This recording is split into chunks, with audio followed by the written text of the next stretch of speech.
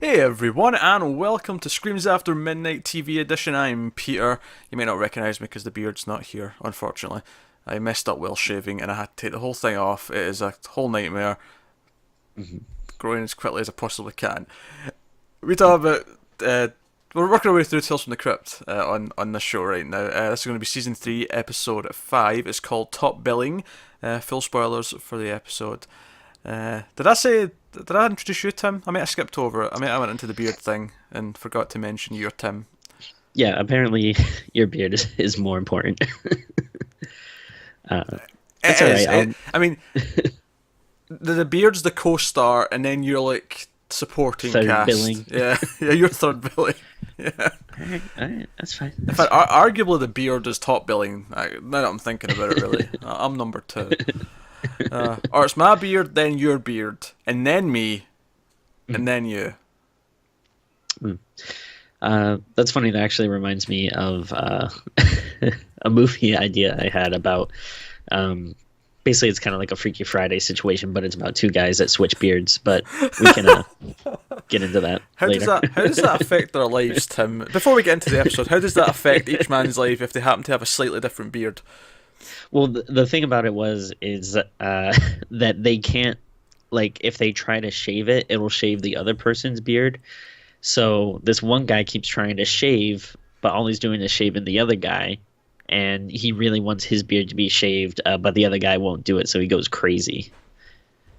Why does the guy try to shave if he's used to having a beard and the other guy's got a beard? Like, Well, I mean, every now and again, people want to trim up, or they have to go on a job interview, or they're just lazy for a while. That they let it alright. grow, and then I don't mean to poke holes in your script here, Tim. I just I'm just trying to understand how this impacts both their lives. uh, But anyway, so we're going to talk about Top Billing, this Tales from the Crypt episode, which is about an actor who is down in his luck. He's out at work, he can't get any jobs. He keeps being told that he's not attractive enough, he doesn't have the look, despite the fact that he has talent and he wants to be like a proper thespian, a proper Shakespearean actor. His girlfriend dumps him, played by Kimmy Robertson, who's Lucy from Twin Peaks. She's popped up in all oh, stuff, but that's where I know her from. Um, Bruce Boxleitner's also in the episode. He's the rival actor who is kind of good looking and keeps taking his parts and that kind of thing. So he's down his luck. He finds this ad for a Hamlet production, and he goes to find the location. It's in a back alley, and it's this over the top director with over the top help running this production. And he eventually, and obviously we're in spoilers, he thinks that his rival gets the part. However, it's not actually the part he thinks he was, but either way, he ends up killing the rival, and he is left thinking he's got the part. But it turns out the twist at the end is that this is actually the back of a mental asylum, and all that this director, the other actors, everyone else that's there are all completely insane, and they want him for the part of Yorick, which is the skull. They want an actual skull, so they kill him and use the skull, and that's the episode. Tim, yeah. how did you feel about Top Billing? Well, first, before we go into it, I actually just noticed you still have the cursor up on the screen. I don't know if you want that for the recording. It's not on the recording. You're good. Okay. You're good. That's just you that sees that, Tim. Okay. All right. All right. I'm not even taking that out. That's fine. What did you think of the episode, Tim? I actually really, really like this episode. I think it's a lot of fun. This is one I remember as a kid, so I knew what the twist was. I was actually really curious to see if you were surprised by it or if you had saw it coming at any point. I didn't see it coming. My opinion of this one is actually a bit more lukewarm than yours. Mhm. I wasn't really into like the first half of it all that much. There's parts of it I liked. Mainly, I like the cast.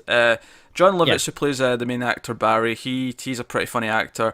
Brooks Blockslater from Babylon 5, I like him. I like Kimmy Robertson. Like I like the cast for the most part. They were kind of keeping into it, and I did like the twist.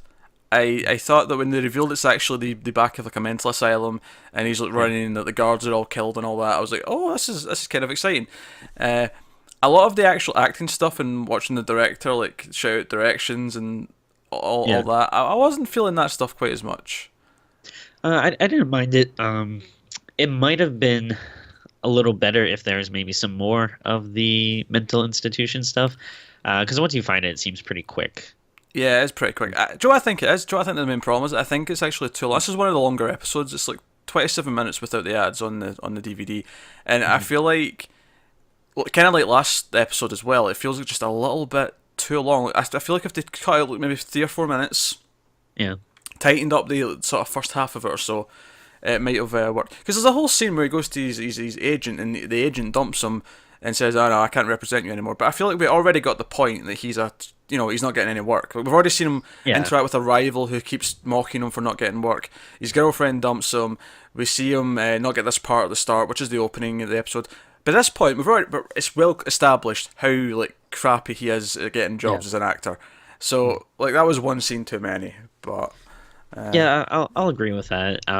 But and at the same time, like you said, I do like the actors and everything. So it's not mm. like it might not be needed, but it also didn't really feel like a chore to get through to me. Oh no, it wasn't a chore by any means. I think, yeah, the acting was the thing that really kept me going through, and it helped that I liked them. So that when they're in these stupid situations, where the director takes them into a closet to like interview them or whatever, like Yeah. the acting's what made it fun and interesting. The actual, because it really did feel like the plot was mainly about just him getting this job. Like I Yeah. wasn't sure where the dark twist was coming. Mhm. And obviously he kills it, and I was like, okay, right, that's why he needs comeuppance. That's what makes him a deserving of whatever his comeuppance is going to be. Yeah. I was like, what is the comeuppance? So I didn't see the twist coming. In fact, I think the first thing I noticed that it connected to the twist is that there was like a phone that kept ringing, and Oh, right, right. it felt really random almost at this phone, like to the point where I thought like, there was a phone going off like somewhere else, like not in the Yeah. show, because it was so consistent and consistently going off. And then you find out it's because someone's trying to phone the mental hospital. You're like, guys, is everything okay? Like, are you like okay over there? You're not all dead, lying in a puddle of your own Yeah. blood. I also like for what seems like pretty much no reason, they just show his like skinned face at the end, and a dog just takes it. Do you know what I thought was weird about that? For a face that has no skeleton in it anymore, for a face that has no skull in it, it's remarkably keeping its shape. Oh yeah, it seemed very stiff. I don't Yeah, know. it's almost like it's been like frozen, or it's been, well, I mean, it probably was made out of like something that was just sort of Yeah. rigid, but like I'm sure without a skull, your face should just kind of implode, or not implode. Implode's the wrong word, but kind of just Mhm. sink in and Yeah, I mean, be flat. well, if there's anything that the n- Joker storyline in the New 52 taught us, it's that when you skin your face, it's kind of flappy and It should be floppy. Yes, I yeah, agree. Floppy and flappy. That's what it should be. Instead, it's like it's holding its shape so much that you can see inside the eye and see that it's hollow, as if it's a yeah, shell. But it's skin. It's not a shell. It's stretched over our skull. We're going yeah. into this far too much, but it was something that stuck out to me. Yeah. Yeah, I think maybe what would have helped the episode for me is if there was more like subtle hints maybe throughout the first chunk of it that there was something weird going Yeah, on that could have here. helped. Yeah, Maybe, yeah, or maybe, like I said, there was just too many scenes before we got there. Like maybe I had to get to the theater a bit quicker yeah. because it was a lot of scenes setting up who this guy was. Yeah, I mean, I think like you said, maybe cut out like 5-ish or so minutes from the beginning and kind of just tighten it up and maybe get to the mental institution faster or spend more time there or something. And it Yeah, could have been solid. Again, I still really enjoyed it, but I see what you're saying though.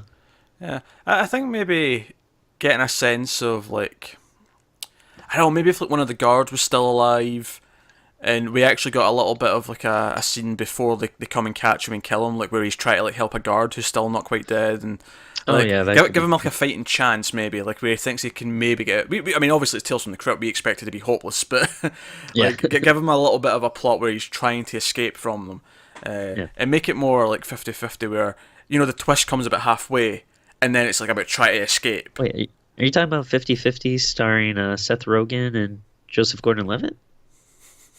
Is that Is that what you mean? Tim, sometimes your jokes hit and sometimes they don't, and I'm afraid that is one of the misses.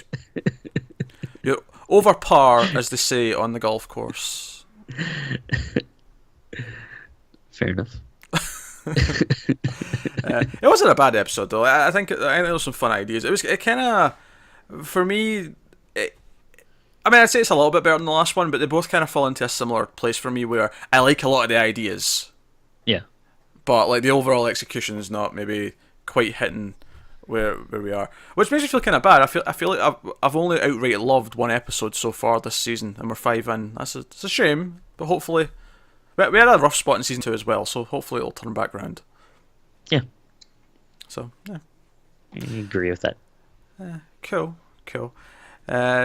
It was funny actually, the scene at the start, because we open on this casting agent who is on the phone to someone, and then he comes in. Barry comes in to kill her, and it's before when she was on the phone. I thought, oh, her acting's really bad, and then he comes in, and it turns into, oh, it's an audition. Like he's only pretending to kill her for an audition. I thought, oh, maybe okay, right. So that explains her bad acting on the phone. But then it turns out no, the acting on the phone was still actually just like her regularly on a call. The only part that she was bad acting in was when he came in and tried to kill her. Yeah. So yes, so rough acting at the start, but the cast was mostly really good. I can't fault them on that. Who's the guy that played the director? Was that Raul Julia? What's his face? I don't think so. I'm not seeing his name in the cast list. Why? Okay. I think it was reminding you of him. Yeah. It was giving me a that vibe. That's fair. No, John Aston apparently is the Okay. actor involved. Who I don't know. I don't know who that is. Oh look! No, Oh man, that is so weird. What's that? I clicked on his name. I just wanted to see who he was, and Yeah. you guessed Raul Julia. Yeah. This actor was in the original Addams Family. Oh, weird. That is so weird. What a coincidence. Was he Gomez? 'Cause that'd even be funnier. Let's see if he was Gomez. I mean, that's what I would assume, but I don't. What decade was Addams Family on? Jesus, 50s, 60s, maybe. Oh, he did the voice in the animated series as well in the 90s. But hang on, let me go down. I'm scrolling. Oh man, this guy did a lot of stuff. He was indeed Gomez. Wow. So you guessed the wrong Gomez. Excellent. Very interesting. Excellent. That could not have been planned better. All right. Oh dear. But no, it was an okay episode. I think the twist saves it. I think if it didn't give me that mental institute twist, I'd probably rule it down in this episode. But that actually did make me go, oh, that was kind of interesting and it's fun. Yeah. Any final thoughts, Tim? No, I think it's a little tough one to, like, I like it, but again, I don't know, I feel like there's a ton to say about it too. It's kind of the twist is the main thing. But... Yeah, it's kind of straightforward to that point, really. Like I say, it's kind of one note where it just keeps telling you he's a loser. Like every scene in the first half of it is just to tell you that this guy is a loser. And I thought John Lovitz did a really good job too, because I think you mostly know him as doing like a lot of really big, over the top comedic characters, and I thought he did a good job like playing a more subdued character in this for the most part. Yeah, I can agree with that. That's cool. Crypt Keeper's bits were fun. Oh yeah. Just calling his agent at the end and all the rest of it. He says, he goes, "Oh, what do you mean he's in a beating?" Like. Dear. There you go. That's this week's Tales from the Crypt. Now this will actually be a week later on YouTube, but we did launch a Patreon this week. This episode will be up early for a week for people who are on the Patreon who spend $1 or more. So we did launch that. You can go and patreon.com/MailedFuzzTV if you want to see how you can support us. But don't feel bad if not. Just like, subscribe, give us a comment down below. Let us know what you thought of the episode of Tales. But that's us, guys. So thank you very much for watching, and we will see you next time.